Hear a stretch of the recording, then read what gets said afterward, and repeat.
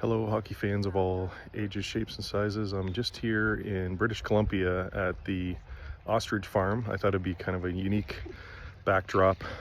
So, what did the Toronto Maple Leafs do with Marner and Tavares? So, also just before that, the Oilers. I'm going to go Oilers in 7. I know I said Dallas in a previous video, and Edmonton looks unstoppable.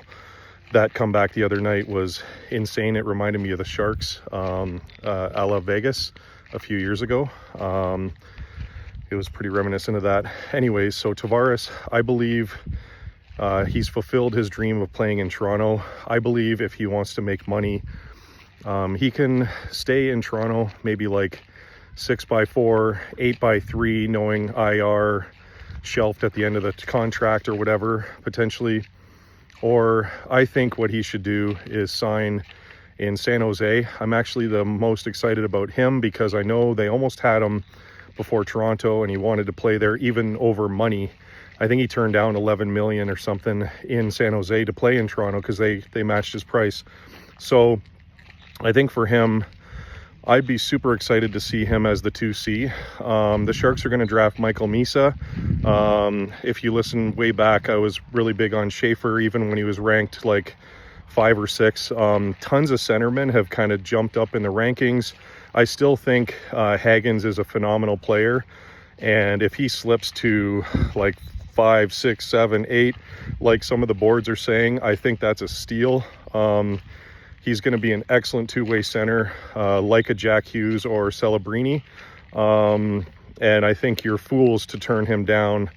I've also noticed Porter Martone is dropping like a rock with all these centermen kind of coming out of nowhere. And I think, like, to me, Porter Martone is the biggest, toughest, pure offensive forward next to Roger McQueen, who's a centerman. But like, as far as wingers go, I think he's the number one winger.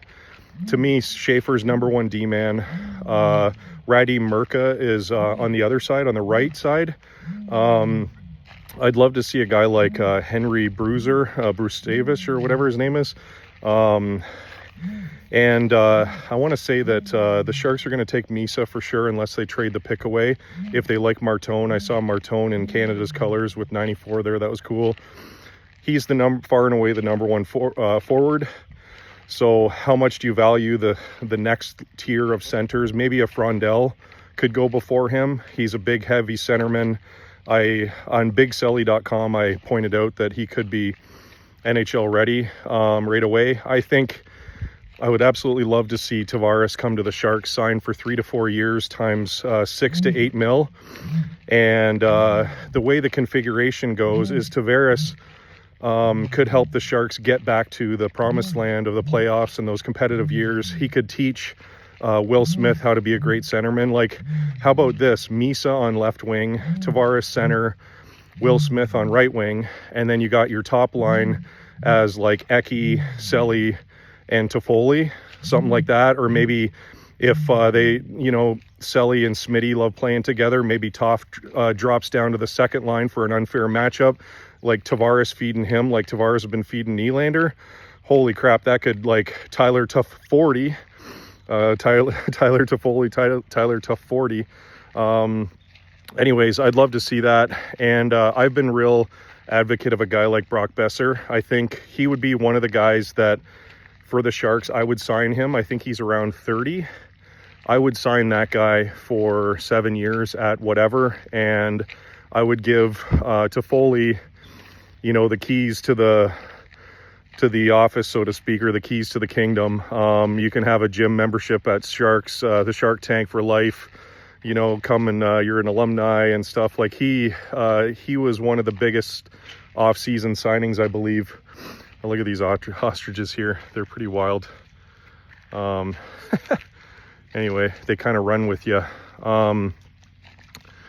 So yeah, I think Marner's a fantastic player, but I think the Sharks, I believe, are going to be lethal in 3 to 4 years. So why bother with signing Marner for 14, 15 mil when guys like Selly and Smitty are going to be probably the top ranks, and then that will push their contracts over and above Marner at like, you know, into McDavid type territory. So I think for the Sharks to hold on to all these pieces that they've got, you know, maybe it takes a couple years for Cherney and Holtz, the big tuna, and you know, Musty to marinate in the minors, but they're going to be fantastic players. Could you imagine a line 3 with like maybe Misa, maybe Smitty, depending on who takes the 2C. If you still got Tavares or Wenberg, we might lose Wenberg at the deadline. So Wenberg could play 3C behind Tavares if you get Tavares. Like, I think Tavares is the best piece. You probably want to pay him, convince him to come down because cap space isn't an issue. And I like him and Besser the best out of all the free agents available for the Sharks. And both incredible leaders and mentors. So you got all these young kids coming up, and 3 to 4 year window, the Sharks are going to be so dominant. And Sam Dickinson, my prediction is that he makes the club. You send him back, you're putting him back years in development. I know he's going to make some mistakes. It was a Wile E. Coyote system in London. I would see Sam Dickinson be flying around like Carlson in the offensive zone, even on like the PK and stuff. I was like, wow, this is pretty pretty wild stuff. The confidence in this guy to get back and his other teammates is incredible. So I'd love to see Dickinson with the same thing as like a Will Smith. Maybe he plays 60 games or something. Put him in the press box every 2 to 3 games. You know, maybe Pickles jumps in, or maybe Pickles is there with them in the press box, giving him all the you know, the wealth of knowledge there. And I think a guy like Henry Thrun is going to be your kind of Mark-Edward Vlasic of the future. I'm so excited about Jack Thompson. He scored against the Leafs last year. You got, you know, Muka Madulin. You got, you know, Ferrari. He's still pretty exciting.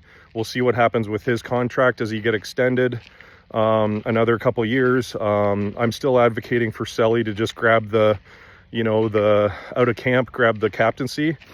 And what I would say to that is, honestly, I think I mentioned this before. It's just like we did the, you know, like a blind vote, anonymous vote for Jumbo for captain in minor hockey. Our coaches just kind of passed out a piece of paper, said, write the name of the player that you want as the captain of this team. And then second up, those guys would be the alternates. So I think they should do the same thing in San Jose. If it's unanimous that all the players are deferring to Selly as like the future, and he's already so mature, the way he handles guys like Crosby, handles the media like Crosby, he handles guys very well for, you know, a 6-foot frame. His positioning is like phenomenal for being so young, and he kind of just gets guys off balance. And he reminds me of an Anze Kopitar a little bit too, and some of those abilities. So I'd love to see the captaincy to Selly right out of the gate. And I would love to see Misa play the wing for a little bit, and Smitty probably play the wing and center. Like, grab a guy like Tavares in the offseason, pay him whatever he wants, even give him like, you know, 3 times 11. I don't give a shit. It's like, the Sharks can throw away money right now, but the biggest thing is when you need to re-sign Selly and Smitty and Misa and Dickinson and Haltonen and Cherney and Musty, like all those guys in the last 3 or 4 names are going to probably demand anywhere from 5 to 7 long term. You project, you know, Selly and Smitty, maybe Selly gets 12.5 times 8, 100 mil. Maybe Smitty gets like 10 mil times 8, 80 mil. And then your guys are kind of like, you're setting up your building blocks and pieces around that. And then, you know, does Misa sign for somewhere in between those two, maybe 11, like after a couple more years, get him playing some center minutes. I said in my last kind of blog, what are the Sharks missing in the offseason? They're missing puck-moving defensemen, which a Schaefer would have been. I was really high on him. Yeah, like I said, I was big on him, thinking that Sharks would be around that 4th, 5th, 6th pick, and he shot up to the top of the charts. I've heard of Misa before, actually, and a couple years ago, and I thought he was probably the guy to go number 1 all along.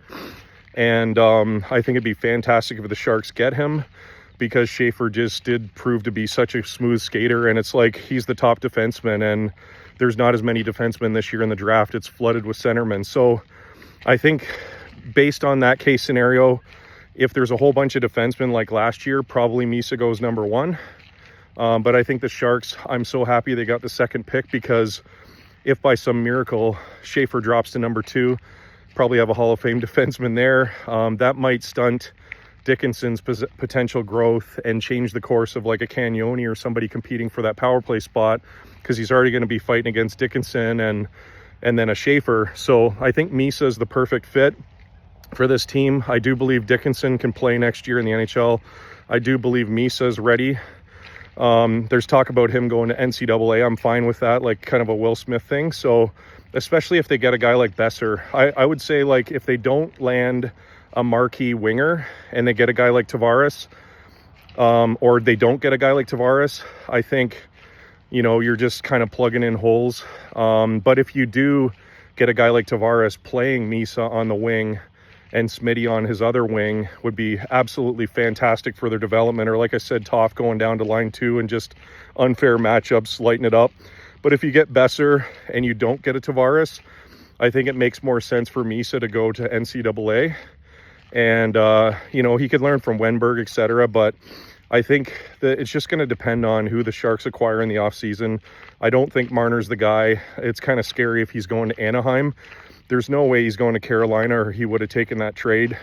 I heard Vegas has so many cap issues. I mean, they're just, I don't know what they're doing, honestly. Like, they'd have to trade somebody back, sign and trade. But I still think the most exciting would be a sign and trade of Martin Necas for Marner to Colorado, because Necas could take the place on that wing. And knowing both teams, it's kind of like the Rantanen thing, right? And the Necas thing before, you know, both players want changes and you're going to lose them for nothing. So why not just make a trade? And then people just say it's a wash or whatever. It's like, you know, maybe it's unfair, but it's a wash, because, you know, Necas would be a brilliant fit in Toronto.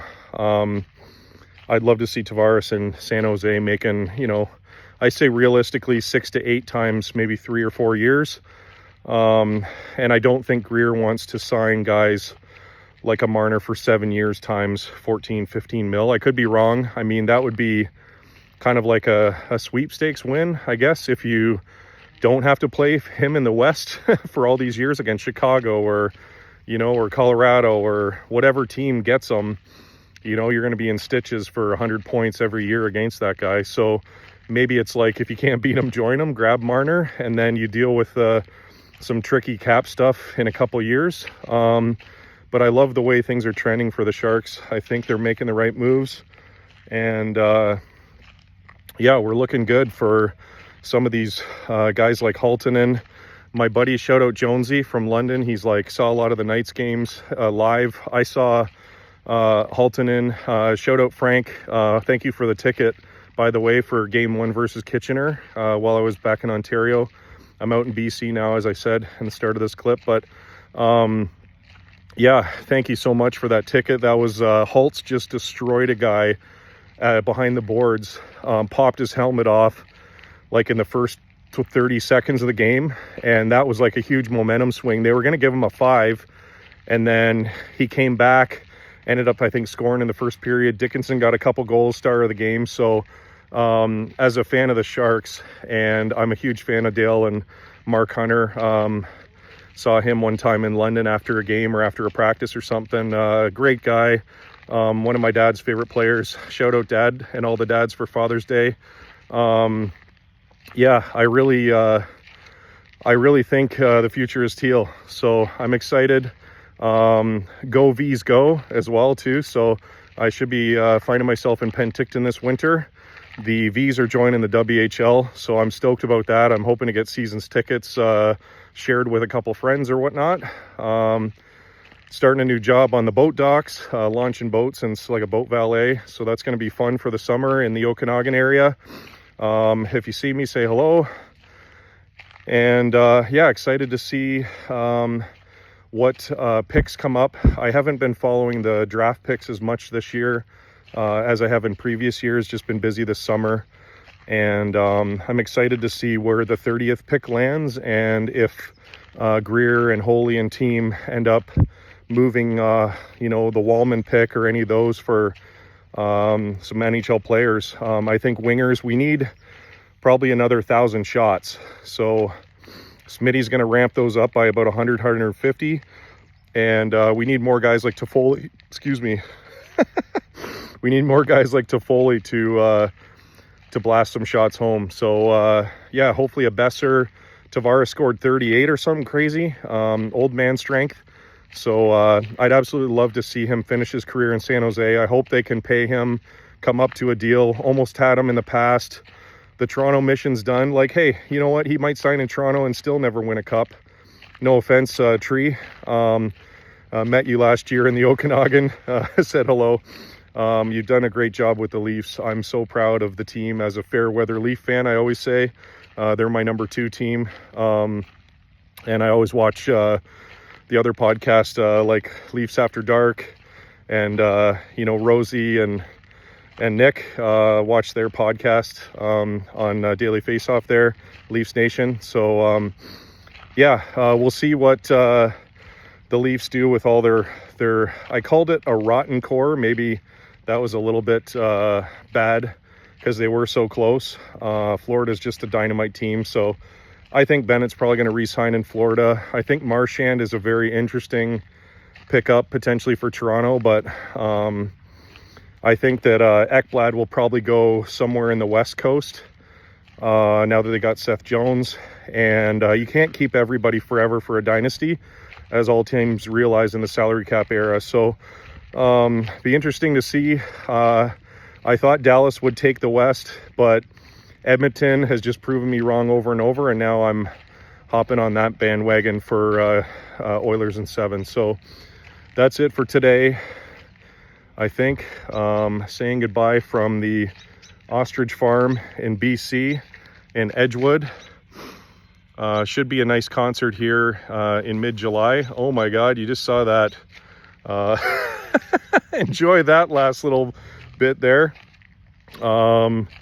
Yeah, I think that's it for the off season. So looking forward to Misa joining the Sharks organization, unless any shenanigans go at the draft, and hopefully Tavares and Besser is you know, and maybe Cease or Granny pull a couple of those guys back.